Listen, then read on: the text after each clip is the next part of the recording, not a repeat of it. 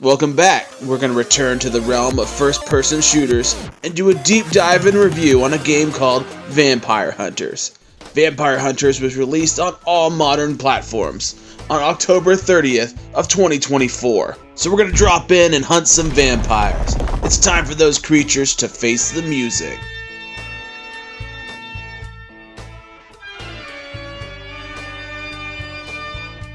Vampire Hunters was developed and published by GameCraft Studios, a Brazilian company, and they were kind enough to provide me a key through keymailer.com. This game is an excellent boomer shooter, with extra emphasis on the boom. Why do I say that? Because of the amount of guns that you can have on screen at a single time. There are two different modes to experience Vampire Hunters through. One's a roguelite or roguelike, I don't know the difference between the two, horde mode, and the other one is more of a corridor shooter. Choppity chop chop chop! Regardless of which mode you choose to play first, you're going to start out with a single weapon, and you're going to have to take out enemies in order to build up your arsenal and build up your power by collecting the souls of those enemies. That's that blue thing that kind of flies toward you. Looks like a spring or something. The game starts out slow and deliberate, taking out single enemies to build your arsenal, but quickly evolves or devolves into total chaos as you stack up your on-screen arsenal and deliver a deluge of pain and suffering to your enemies. Be advised, at first you're gonna die, a lot, but it does allow the opportunity to learn from your experience, to garner experience for your chosen character, and to build up permanent upgrades as well as skill trees in order to better face the threat. Here you see the submachine gun with a couple secondary weapons to help thin the hordes, as well as some passive abilities like the meteor shower that you see held in both hands. And as you become more familiar and more comfortable with the combat loop, you'll start to unlock different levels, and there's a great variety of levels, and a great variety of enemies as well. They're definitely not the smartest enemies in the world, but they're fun to eliminate. In the corridor shooter mode, also known as classic mode, you're going to run down a hallway and just sling bullets and glaives and bombs down toward your enemies in order to clear them out and face the final boss. In classic mode, there's a fog that follows you and kind of forces you forward. You stay too long in one area, if you move too far backwards, if you move side to side with less forward progression, it's going to start to kill you, and it adds that extra pressure in order to advance and take the fight to your enemies. Progression in each mode is separate from the other, so if you level up in classic mode, it's not going to affect survivors mode.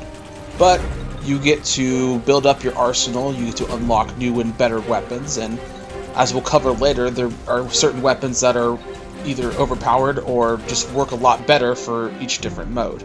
You can also unlock constellations that augment your experience and vary up the gameplay a little bit, switching up weapons or even upgrades randomly, and just causing a little bit of extra variance and fun in the gameplay.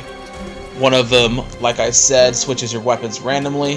One of them has you unlock upgrades automatically, so if you don't like that break in combat to pick your own upgrades, this randomly does it and makes the flow of combat a little bit smoother. There's also another one that has where you have a single primary weapon, you can't have any other weapons. The good thing about this is if you choose the right weapon, like the shotgun here, you don't even need more weapons and you can just level up that weapon into oblivion and add some other augments like ricochet and stuff in order to just breeze through the level and win. As a default setting, the game is going to have auto fire engaged. So head over to settings, turn it off right here, and then head to the bottom right hand corner of the screen, click that button to enter classic mode. The reason I'm going over this is because it took me forever to find classic mode. I didn't even know it was a mode to begin with, but that's this corridor shooter mode. And I suggest turning off auto fire because while these guns are fully automatic and just require you to lay on the trigger, auto fire will just shoot them automatically, and it's fun to send a volley of lead downrange to take out your enemies.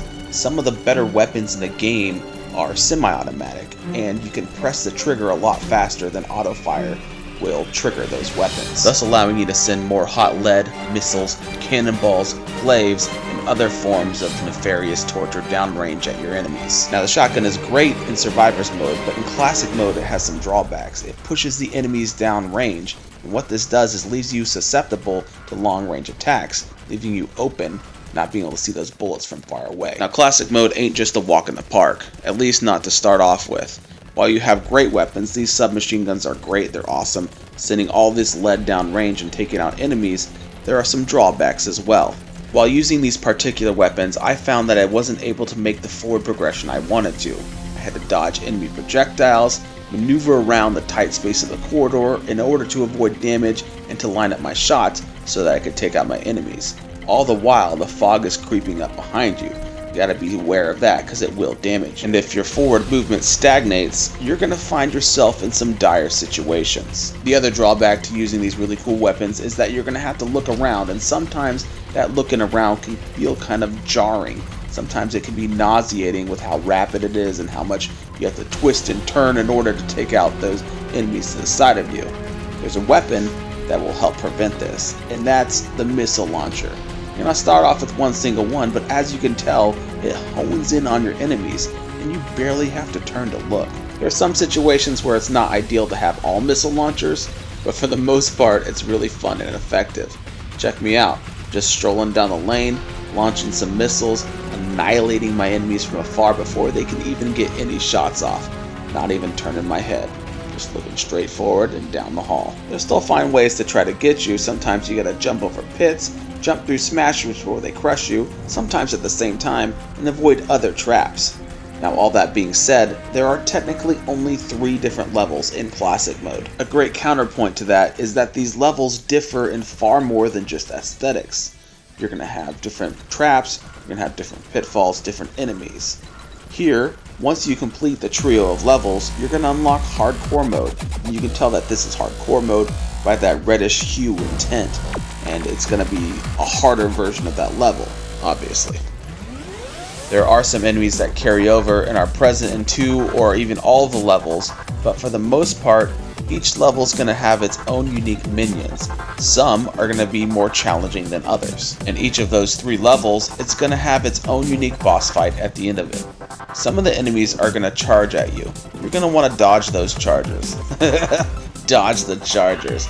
Dodge them or take them out before they get you. There's one of them right there.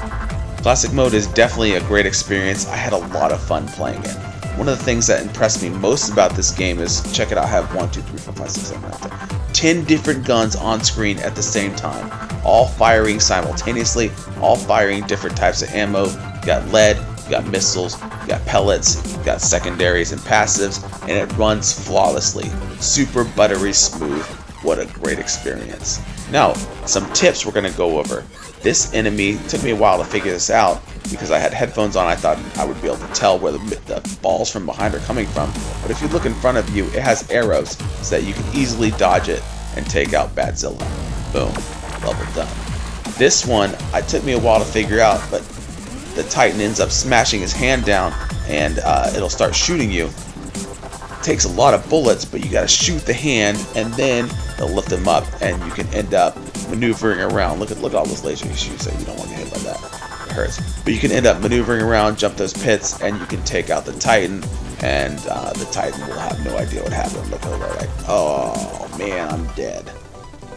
Now survivor mode is going to be a lot different. You can choose from one of the 3 starting heroes, and you can upgrade that hero's skill tree, as well as unlock permanent upgrades on a different screen. All you gotta do is collect some in-game loot. This is our horde mode, where you're going to take on waves of enemies in an open arena. Different weapons are going to work better, like the submachine gun is going to be far more effective. You're not in a tight corridor, you don't have that fog pushing you forward, so you don't have to perform such dizzying maneuvers. You don't have to writhe and wriggle quite as much in order to eliminate the baddies. There are definitely better weapons than the submachine gun, and the missile launcher is not one of them in this mode, especially if you have the Constellation where you only have a single primary and no secondaries.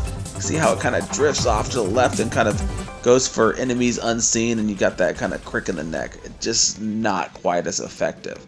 These ones aren't very effective. You got a crossbow, you got this weird alien looking gun that shoots laser balls and damages them over time. The shotgun in this mode is king, and you can just take out enemies multiple at a time, and it's very effective. At the beginning of each level, you're going to notice that you can just sit in one spot and take out enemies as they dumbly come up to you, but eventually it's going to devolve into pure chaos. Here you can see the highly effective and devastating cannonball launcher. As you upgrade it, you can unlock multiple cannonballs to shoot. Look at it from up on high. You're just lobbing cannonballs, bowling for minions as they plow through enemies and keep going. Reminds me of that scene in The Patriot where that cannonball shoots and it like just mows through the line, taking out dudes' legs and just annihilating them. And it's so fun to use. Some enemies carry shields and you'll have to maneuver around them or use the right passive just to drop in some pain and explode them to space. Survivor mode also has a lot more levels, and they are very different from each other. There are 2 pyramid levels, but they're different pyramid levels, if you get my drift. There'll also be some mini bosses as you progress. These guys aren't full bosses, but they are tougher enemies that will take quite a few more shots to take out. Like this ogre looking thing in this Khazad-dûm level. It's like a dwarven level, I think, because you got orcs and you got this troll dude that comes and smashes you. You got to avoid his big old ball and chain and take him out slowly. That being said, there are far larger bosses that will have a large health bar.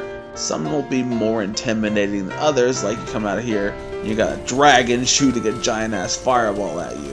But you can take him out if you have the right weaponry. Now, that being said, each time it's going to get harder because you're going to have more bosses appear. The first time you have 1 boss, the second time you have 2 bosses, 3 bosses, 4 bosses, and so on. Once you get to the last level, you're going to end up facing all the bosses at once. And the cool thing about this is the bosses vary. You're not going to face the same boss each time you play through the level. Yes, they will repeat, but you're not going to come across like the Kappa egg every single time in the first level. You'll come across like the Slimo, you'll come across the dragon, and various other ones. And the bosses are pretty cool to fight. You got the giant sandworm, you got the wizard Bearden dude, and they're fun to take out, and you can unlock upgrades from them. Normally in this mode, you unlock upgrades by killing enemies and gathering souls. And so here, once you hit a level, you upgrade and you can choose one of them. Whereas in classic mode, you could buy as many as you had enough gold for.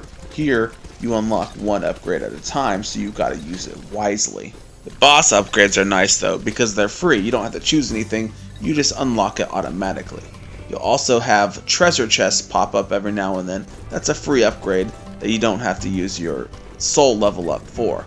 Some levels are going to have their own unique traversal systems as well. In the Egyptian level, you're going to find a zip line that goes from one platform to the other, but you can also hop off mid-zip line in order to get to, I don't know, the end of the level and finish it.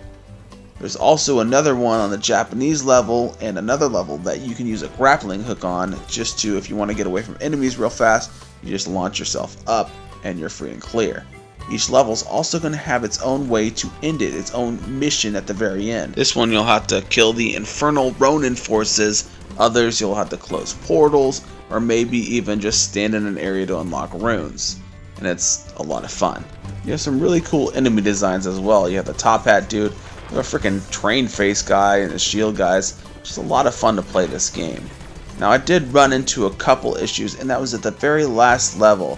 I noticed that my shots weren't visible on screen, and that occasionally some of the bats in the distance would kind of freeze up a little bit and have like a little bit of a hiccup. Like, I don't know if you can tell right somewhere right here, like right here. See, they kind of freeze up a little bit, but that's the only issues I encountered with the game whatsoever. Overall, this was a fantastic experience, and I definitely recommend picking up this game. I'm going to give it a strong 9. It was really fun, did what it set out to do, and I had a blast playing it. Anyway, thanks for taking the time to watch this. I hope you enjoyed it.